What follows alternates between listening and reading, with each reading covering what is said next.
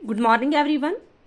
बेटा आज हम चैप्टर रीड आउट करने वाले हैं BA 6 सेम का जो इंग्लिश का चैप्टर है ग्लिम्स ऑफ थिएटर।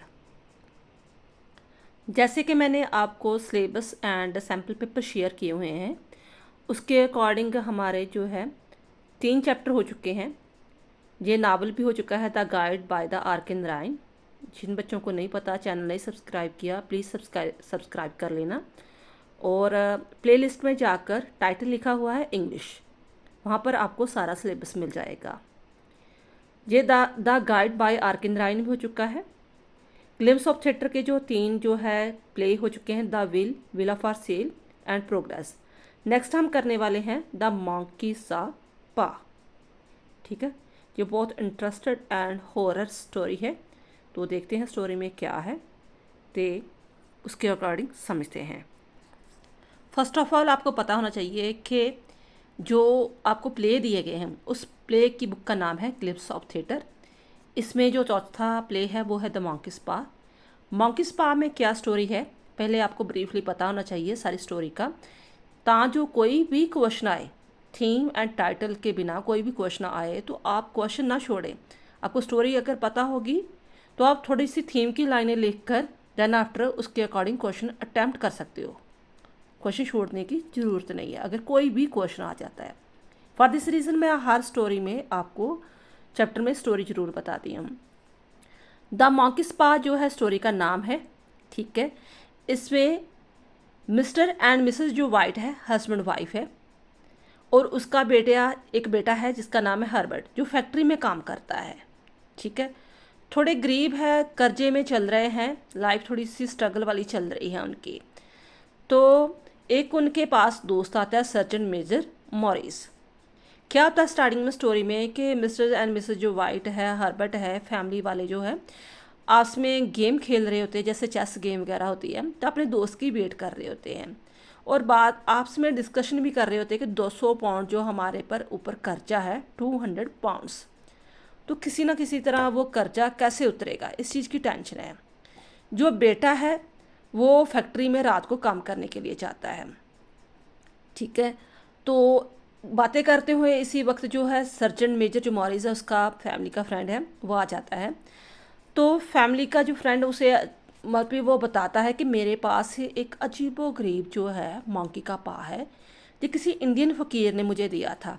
उस पर उसने कोई जादू सा छिड़का था और ये 3 विशेस पूरी करता है, तो मैं चाहता हूँ ये किसी को दे दूँ जो मेरा इससे छुटकारा हो जाए। तो ये चीज़ें देख कर कि ये बड़ी मिस्ट्री वाली बात है, एक जादू वाली बात है, ये विशेस पूरी करते हैं, तो वो थोड़े इम्प्रेस हो जाते हैं। अपने दोस्त को कंपेल करते हैं कि ये मंकी का जो पंजा है ना हमें दे दो।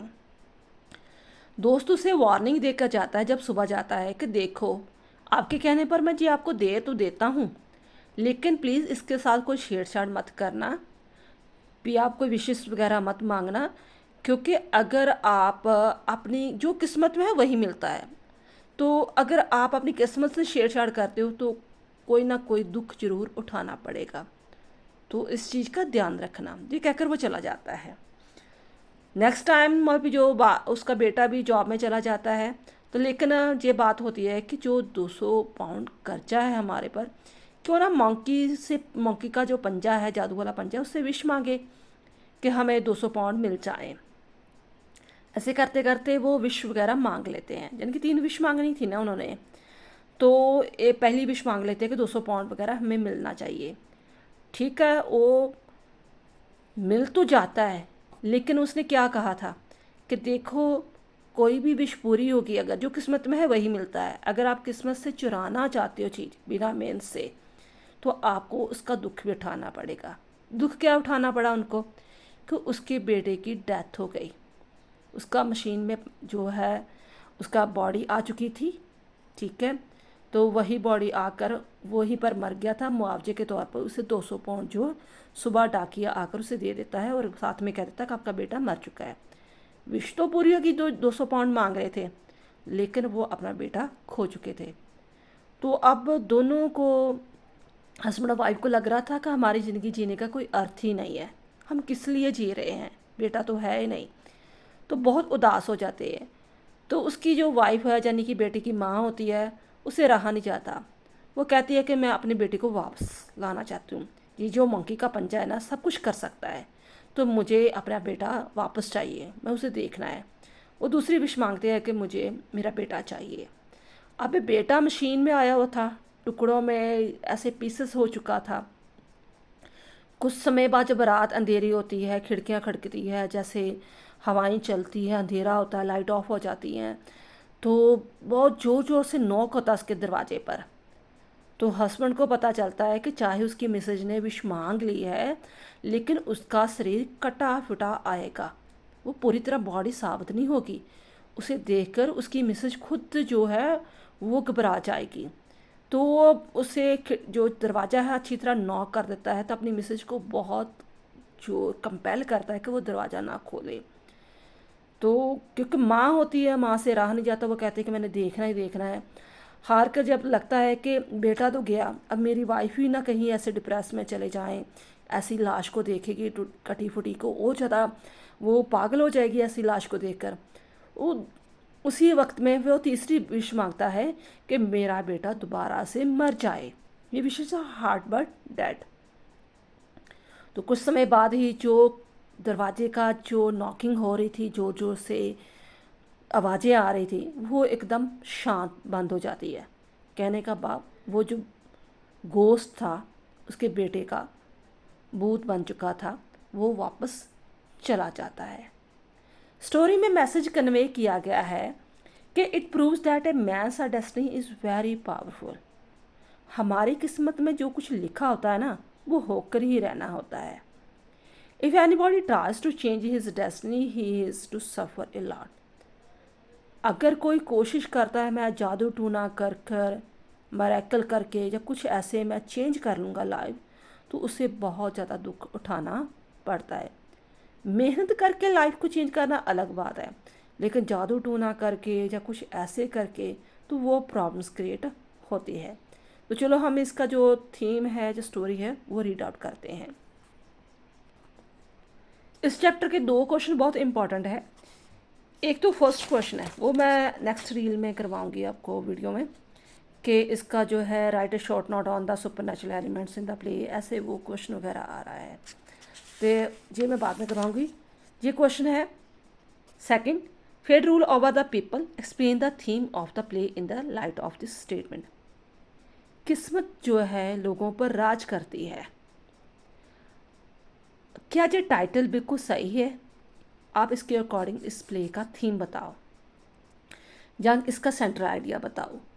ठीक है, कोई भी क्वेश्चन मोल्ड होकर आ जाता है तो आप थीम भी लिख दोगे तो आपका 90% क्वेश्चन ठीक हो जाता है, आपको कोई गलत नहीं कर सकता। तो आपको जब 3 लाइनें हैं ना, 2-3 लाइनें, वो तो क्वेश्चन में अच्छी तरह याद करनी है, उसमें कोई मिस्टेक्स वगैरह नहीं करनी। बाकी कोई भी क्वेश्चन आता है अपने अकॉर्डिंग अटैम्प्ट करो। The play The Monkey Spa deals with the theme that the fate or destiny rules human life. It's not possible to escape the influence of the destiny. Fate is all powerful. If we try to interfere with the working of fate, we come to grief. What is allotted cannot be plotted. ये phrases use किया गया है. Is the actual theme of the play. जो play है the monkey Sapa, ये बताता है कि किस्मत ह्यूमन पर राज करती है, कोई भी इससे बच नहीं सकता। अगर कोई इस पर इंटरफेयर करने की कोशिश भी करता है तो उसे कोई ना कोई दुख उठाना पड़ता है। जैसे फेमस प्रवर्ब है कि what is allotted cannot be blotted, कि जो हमारी किस्मत में लिखा आता है वही मिलता है।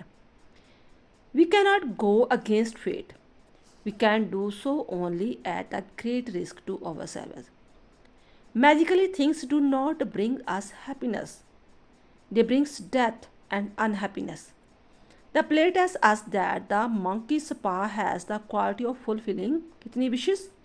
3. 3 different wishes of 3 different individuals. But the fulfillment of the wishes is followed by the dangerous consequence. The monkey spa is brought by Maurice from India, which is supposed to be a land of black magic. Monkey का पंजा कौन लेकर आया था? उसका दोस्त Morris लेकर आया था। कहाँ से? इंडिया से। किसने दिया था? इंडियन फ़कीर ने। एंड इंडियन फ़कीर has put magic power on the पा। उसने कोई जादू टूना किया था इस पंजे पर। It can land of the sorry it can grant 3 different wishes of 3 different person. ये 3 विशेस पूरी कर सकता है। 2 persons have already tried the powers of the monks power. 2 already जो आदमी है इसकी विशेस उनकी पूरी कर चुका है। अब तीसरा आदमी रह चुका है 3 जो इससे विश मांग सकते हैं। Their wishes were fulfilled, but the fulfillment of the wishes brought the sorrow and misfortune them.